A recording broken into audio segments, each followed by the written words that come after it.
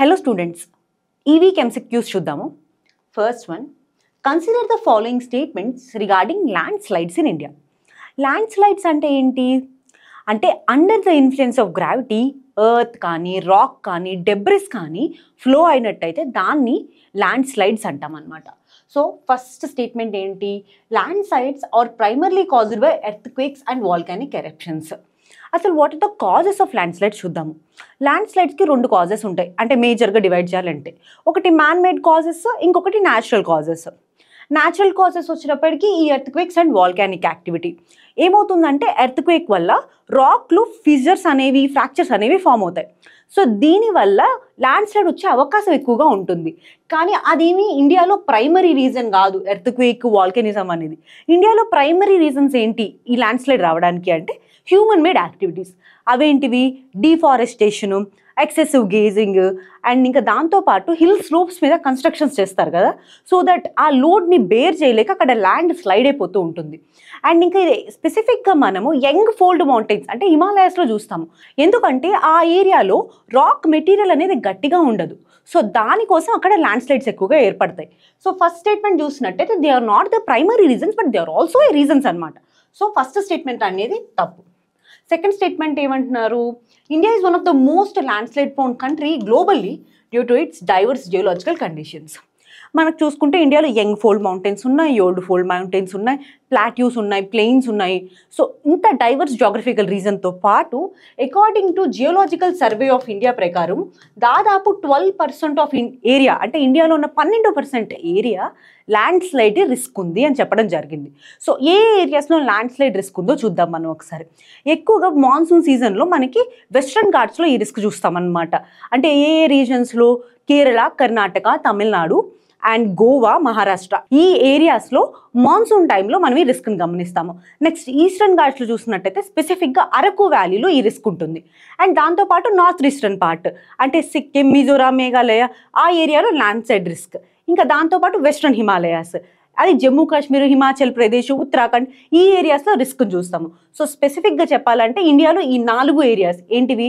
Western Himalayas, eastern Himalayas, eastern ఘాట్స్లో Araku valley, western Ghats ఈ ఏరియాస్లో ల్యాండ్ స్లైడ్ రిస్క్ అనేది మనం ఎక్కువ గమనిస్తూ ఉంటాము. సో దాని ప్రకారం చూసినట్టయితే ఈ statement correct answer. India is one of the most land slide prone region. So third statement ఏమంటున్నారు? Deforestation and improper construction practices contribute significantly to landslides. జనరల్గా ఏమవుతుందంటే ట్రీస్ ఉన్నాయనుకోండి, ఆ ట్రీస్ రూట్స్ వల్ల ఆ పక్కన ఉన్నటువంటి భూమి పదునుగా ఉంటుంది, అంటే గట్టిగా ఉంటుంది వాటికి ఆనుకొని. ఆ తర్వాత ఎప్పుడైతే ఈ ట్రీస్ని తీసేస్తామో ఆ సాయిల్ పార్టికల్స్ లూజ్ అయిపోయి దానివల్ల ల్యాండ్ స్లైడ్స్ వచ్చే అవకాశం ఉంటుంది. సో ఈ డిఫారెస్టేషన్ అండ్ ఈ కన్స్ట్రక్షన్ యాక్టివిటీస్ ఇందాక ఆల్రెడీ చెప్పుకున్నాం కదా, కొండ యొక్క స్లోప్స్ మీద కన్స్ట్రక్షన్స్ చేయడము టూరిజం వల్ల కానీ దేనివల్ల అయినా అక్కడ కన్స్ట్రక్షన్ చేసినప్పుడు ఎక్కువగా ల్యాండ్ స్లైడ్స్ వస్తాయి. సో థర్డ్ స్టేట్మెంట్ కూడా కరెక్ట్ ఆన్సర్. ఇప్పుడు ఎన్ని స్టేట్మెంట్స్ కరెక్ట్? 2 స్టేట్మెంట్స్ మాత్రమే కరెక్ట్. 2 and 3 కరెక్ట్ ఆన్సర్స్ అనమాట. ఆన్సర్ ఏంటి? D. How many of the above statements are correct అంటే 2 statements correct. Next question. In Marxian economics the term commanding heights of the economy అంటే ఏంటి? What does it refers to?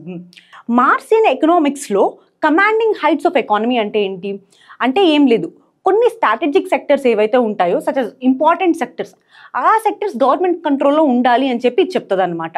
అంటే for example ఏంటి? Atomic energy, steel ఏవైతే socialist ఎకానమీకి తీసుకెళ్ళగలుగుతాయో ఇలాంటి important sectors అన్ని government చేతిలో ఉండాలి. సో అది చెప్పేదే commanding heights of the economy అని చెప్పేసి. కింద ఆప్షన్స్లో ఏది కరెక్ట్గా ఉంది?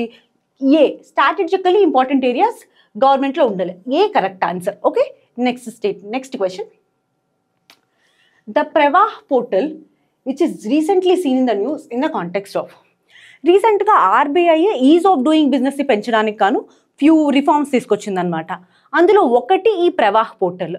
ఈ ప్రవాహ్ పోర్టల్ అంటే ఏంటి అంటే ఆన్లైన్లో అప్లికేషన్స్ కానీ ఏదైనా రిడ్రసల్స్ ఉన్నా సరే లేదా ఆథరైజేషన్స్ ఉన్నా అవన్నీ ఆన్లైన్లో ఒక వెబ్ బేస్డ్ పోర్టల్లో పెట్టి దాని ద్వారా ఈజీగా స్ట్రీమ్లైన్ చేయడానికి ఈ పోర్టల్ని తీసుకురావడం జరిగింది. సో ఇక్కడున్న ఆప్షన్స్ చూసినట్టయితే to simplify the process of applying for regulatory approvals, licences and authorisations from the RBI. ఇది కరెక్ట్ ఆన్సర్. బేసిక్గా ఎందుకు తీసుకొచ్చిందంటే ఇది ఈజ్ ఆఫ్ డూయింగ్ బిజినెస్ని పెంచడం కోసం తీసుకురావడం జరిగింది. ఇది ఒక్కటే కాదు, దాంతోపాటు ఫిన్టెక్ రిపాజిటరీ అని చెప్పేసి రీటైల్ డైరెక్ట్ స్కీమ్ కోసం ఒక ఆన్లైన్ యాప్ని తీసుకురావడము, సో దట్ ఈజీగా జీసెక్స్ ఏవైతే ఉంటాయో గవర్నమెంట్ సెక్యూరిటీస్ వాటిని ఆన్లైన్ యాప్ ద్వారా ట్రాన్సాక్ట్ చేసుకోవడానికి గాను తీసుకురావడం జరిగింది. సో నెక్స్ట్ క్వశ్చన్ చూద్దాము. ద టర్మ్ క్యూ కామర్స్, అసలు క్యూ కామర్స్ అంటే ఏంటి అంటే క్విక్ కామర్స్ని క్యూ కామర్స్ అంటారనమాట. So has recently gain traction in Indian e-commerce sector. What is the most distinguishing feature of Q-commerce compared to that of traditional e-commerce? జనరల్గా మనకు అర్థం కావాలంటే queue commerce అంటే ఏంటి, ఈ కామర్స్ అంటే ఏంటి. ఈ కామర్స్లో ఒక పార్టే క్యూ కామర్స్. జనరల్గా ఈ కామర్స్ అంటే ఏంటి, మన అమెజాన్, ఫ్లిప్కార్ట్ వీటన్నిటిని ఈ కామర్స్ అంటాం కదా. క్యూ కామర్స్ అంటే క్విక్ కామర్స్. దీనికి మేజర్ ఫస్ట్ తేడా ఏంటంటే, ఒకటి డెలివరీ స్పీడ్లో. మనం చూసుకున్నట్టు అయితే ఈ క్విక్ కామర్స్ అనేది డెలివరీ వచ్చేటప్పటికి 30 minutesలో 20 minutesలో చేసేస్తారు. ఫర్ ఎగ్జాంపుల్ ఏంటి, జెప్టో, బ్లింకిట్ ఇవన్నీ క్విక్ కామర్స్గా అంటారనమాట. సో మనకి ఈ కామర్స్ చూసుకుంటే 2 days 3 days డెలివరీస్ ఉంటాయి. ఈ అమెజాన్ అయినా సరే, ఫ్లిప్కార్ట్ అయినా సరే. ఈ క్విక్ కామర్స్కి అండ్ ఈ కామర్స్కి ఫస్ట్ తేడా డెలివరీ స్పీడ్లో. సెకండ్ది వేర్ హౌసింగ్. అంటే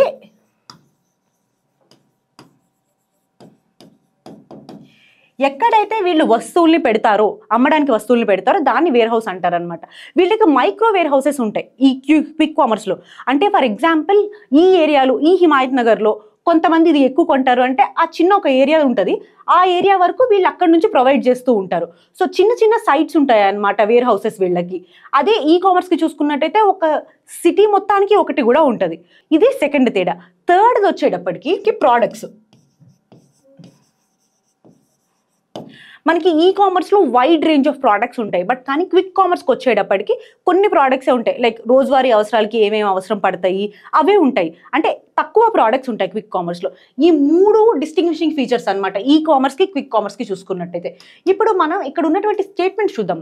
ఫస్ట్ స్టేట్మెంట్ ఏంటి, it focuses on selling luxury goods at premium. కాదు. ఓకే, నెక్స్ట్ది wide variety of products offered on a single platform. ఇదేంటిది, ఈ కామర్స్. ఈ కామర్స్లో చాలా ఎక్కువ ప్రోడక్ట్స్ సింగిల్ ప్లాట్ఫామ్లో ఉంటాయి. థర్డ్ ఏంటి, emphasises on bulk discounts and large order fulfilment. ఇది కూడా కాదు. ఫోర్త్ది ఏంటి, delivery of everyday essentials within very short time frame. So D అనేది correct answer. Okay, next question. In the domain of banking sector, the term evergreening of loans refers to. ఇది previous year question కూడా. So ఎవర్గ్రీనింగ్ of loans అంటే ఏంటి అంటే, జనరల్గా first of all bank నుంచి ఒక person loan తీసుకున్నాడు అనుకోండి. సో ఈ పర్సన్ ఈ లోన్ని కట్టలేకపోతున్నాడు, అంటే లోన్కి కనీసం ఇంట్రెస్ట్ కూడా కట్టలేకపోతున్నాడు. ఆ టైంలో బ్యాంక్ ఏం చేస్తుంది, ఈ పర్సన్ ఇలా కట్టలేకపోతున్నాడు అని తెలిసి కూడా ఇంకొక కొత్త లోన్ ఇస్తుంది అనమాట. ఈ కొత్త లోన్ ఇవ్వడం వల్ల ఈ పర్సన్ ఏం చేస్తాడు, ఈ లోన్ కట్టేస్తాడు. సో ఎప్పుడైతే ఈ పర్సన్ ఈ లోన్ కట్టేస్తాడో, సో దట్ బ్యాంక్కి ఏమవుతుందంటే ఇప్పుడు ఒక కొత్త లోన్ ఉంటుంది, అంతేగాని పాత లోన్ రైట్ ఆఫ్ అయిపోతుంది కదా, అంటే పాత లోన్ కట్టేసినట్టు అయిపోతుంది కదా. సో ఈ ప్రాసెస్నే ఎవర్ గ్రీనింగ్ ప్రాసెస్ అంటారు. కానీ ఈ ప్రాసెస్ వల్ల ఇబ్బంది ఏంటి అంటే, నిజానికి డబ్బులు ఎంతైతే బ్యాంక్ కట్టాలి అనేది ఏం తగ్గదు. ఇక్కడ ఏదైతే లోన్ ఉంటుంది, లోన్ అమౌంట్ ప్లస్ ఇంట్రెస్ట్, ఈ రెండు కలిపి కొత్త లోన్ ఉంటుంది అనమాట. కొత్త లోన్ ఇంకా ఎక్కువగా ఉంటుంది. సో ఆ పర్సన్ మీద డెప్ట్ బర్డెన్ అనేది ఎక్కువగా పెరుగుతుంది. అట్లానే బ్యాంకు కూడా రిస్క్ ఇంకా ఎక్కువ అవుతుంది. అంటే ఆ పర్సన్ ఉన్న చిన్న అమౌంట్ని కట్టలేకపోతున్నాడు, ఇప్పుడు అతనికి ఎవర్ గ్రీనింగ్ చేసి పెద్ద అమౌంట్ని ఇవ్వడం జరిగింది. సో దీన్ని బ్యాంక్ కూడా ఎక్కువ రిస్క్ ఫేస్ చేయాల్సి వస్తుంది. సో దీన్ని ఎవర్ గ్రీనింగ్ ఆఫ్ లోన్స్ అంటారు. ఇక్కడ ఉన్నటువంటి స్టేట్మెంట్స్ చూద్దాం మనం. ఫస్ట్ స్టేట్మెంట్ ఏంటి, the process of increasing the interest rate on existing loan to recover the outstanding dues. So ఈ స్టేట్మెంట్ కరెక్ట్ కాదు. జనరల్గా ఇది ఎక్కడ గమనిస్తామంటే, ఇప్పుడు ఇంట్రెస్ట్ రేట్ పెంచుతారంటారు కదా, ఎగ్జిస్టింగ్ బ్యాలెన్స్ వాళ్ళు కట్టాలని చెప్పేసి దాని మీద ఇంట్రెస్ట్ రేట్ ఎక్కువ వేస్తారు. సో జనరల్గా మనం క్రెడిట్ కార్డ్ ట్రాన్సాక్షన్స్లో ఇది చూస్తూ ఉంటాము. సో ఫస్ట్ స్టేట్మెంట్ అనేది తప్పు. Second, the practice of extending the repayment period for an existing loan without any additional credit. ఇది కూడా కరెక్ట్ కాదు. సి ఏంటి, the lender repossessing collateral offered for a loan due to non payment. ఇది కూడా కాదు.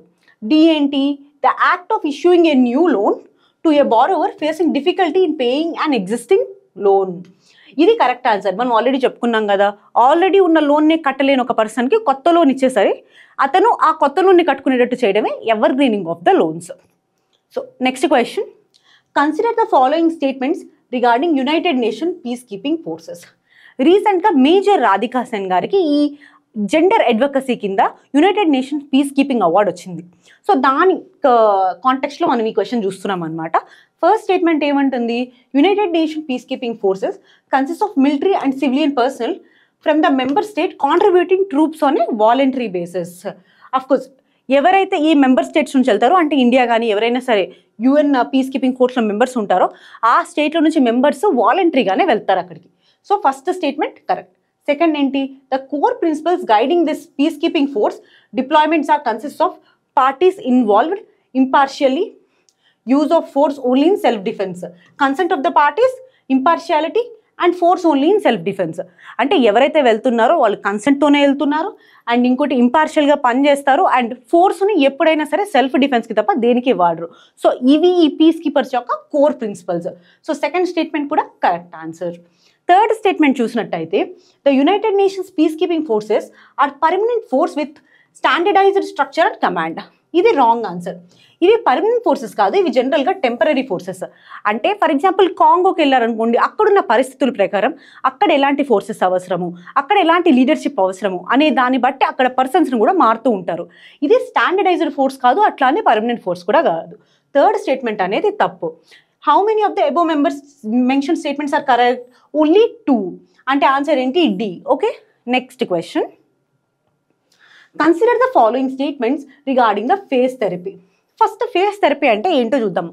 Phases అనేవి ఉంటాయన్నమాట, అంటే అవి వైరసెస్ని ఏమంటారు జనరల్గా? ఫేజ్. బ్యాక్టీరియో ఫేజ్ ఉంటుంది, virus.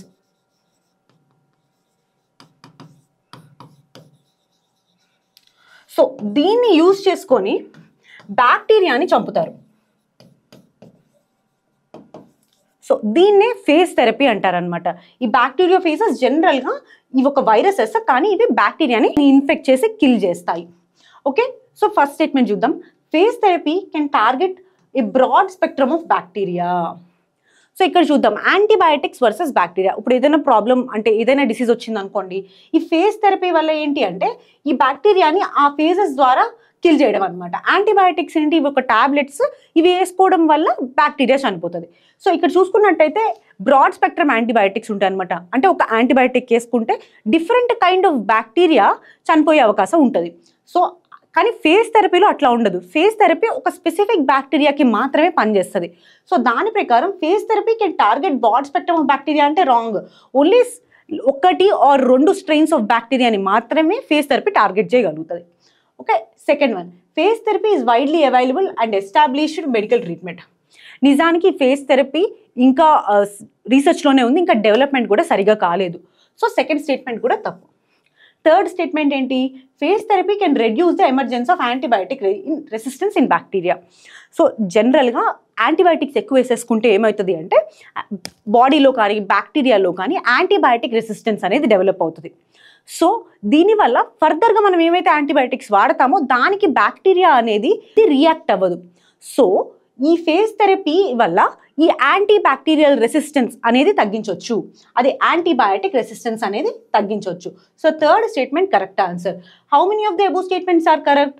Only 1. C is the correct answer. Okay, next question. Chharidhand wetland and Naliya grasslands recently seen are located in. So జనరల్గా ఈ గ్రాస్ ల్యాండ్స్ గురించి ఎందుకు వచ్చింది అంటే సెంట్రల్ ఏషియన్ ఫ్లైవేలో ఉండేటటువంటి బర్డ్స్ గురించి ఒక రిపోర్ట్ రావడం జరిగింది. సో జనరల్గా ఈ కాన్ఫరెన్స్ సమర్కండ్లో జరుగుతుంది. సో అందులో వచ్చినటువంటి రిపోర్ట్లో 19 సైట్స్ని లొకేట్ చేశారనమాట వాళ్ళు సెంట్రల్ ఏషియన్ ఫ్లైవే కింద. అది కూడా ఎక్కడ? గుజరాత్లో. సో అందులో ఇవి 2 ఒక పార్ట్. So answer Gujarat. ఇవే కాదు, Thol lake wild life sanctuary and దాంతోపాటు గిర్ నేషనల్ పార్క్, వీటిని కూడా మెన్షన్ చేయడం జరిగింది. Next question. The term Agnibaan sorted, SORTED, recently seen in news referred to. రీసెంట్గా మనం న్యూస్లో చూసినట్టయితే world's first 3D printed rocket అనేది ఇండియా నుంచి లాంచ్ అయింది. అదే అగ్నికుల్ కాస్మోస్ వాళ్ళు తయారు చేసిన అగ్నిబాన్ సార్టెడ్. అంటే ఏంటి? ఈ అగ్నిబాన్ సార్టెడ్లో ఇంకొక ఇంపార్టెంట్ విషయం ఏంటి అంటే ఇది సెమీ క్రయోజెనిక్ ఇంజన్ని వాడారనమాట వీళ్ళు. సో ఈ సెమీ క్రయోజెనిక్ ఇంజన్ అనేది ఇంతవరకు ఇస్రో వాళ్ళు కూడా వాడలేదు. వరల్డ్లో ఫస్ట్ 3D ప్రింటెడ్ రాకెట్, ఇంకా దాంతోపాటు సెమీ క్రయోజెనిక్ ఇంజన్ వాడారు వీళ్ళు ఇండియాలో ఫస్ట్ టైం. అండ్ ఇంకొకటి చూసుకున్నట్టయితే ఇది ప్రైవేట్గా లాంచ్ చేసినటువంటి సెకండ్ రాకెట్ ఇండియాలో. ఫస్ట్ వచ్చేటప్పటికి స్కై రూట్ ఏరోస్పేస్ వాళ్ళ విక్రమ్ రాకెట్. సో ఒక్కసారి స్టేట్మెంట్ చూద్దాము. A private rocket with 3D printed engine, ఇది correct answer. So answer A is correct answer. Okay, next. The Funan-Teco Canal is proposed project entirely funded by China connecting Gulf of Thailand. 2. ఈ Gulf of Thailand నుంచి ఎక్కడికి connect చేస్తుంది ఈ project అనేది question. నోమ్ పెన్కి connect చేస్తుంది. జనరల్గా ఇది fully China funded project. Cambodia ఒక క్యాపిటలే నోమ్ పెన్. అయితే ఈ నోమ్ పెన్ పోర్ట్ నుంచి గల్ఫ్ ఆఫ్ థాయిలాండ్ వరకు ఇది కనెక్ట్ చేస్తుందంట ఈ ప్రాజెక్ట్. సో రీసెంట్గా ప్రాబ్లం ఏంటి అంటే ఇది మిలిటరీ పర్పస్కి వాడతారు ఏమోనని చెప్పేసి వియత్నాంలో చైనాలో కొన్ని ఎజిటేషన్స్ జరిగాయి. దానివల్ల ఇది న్యూస్లో ఉంది. ఓకే, నెక్స్ట్ క్వశ్చన్ అనేది మీకు ప్రాక్టీస్ క్వశ్చన్ అండ్ ఇది ప్రీవియస్ ఇయర్ క్వశ్చన్ కూడా. ఇది చూసి కింద ఆన్సర్ ఇవ్వండి. Thank you so much.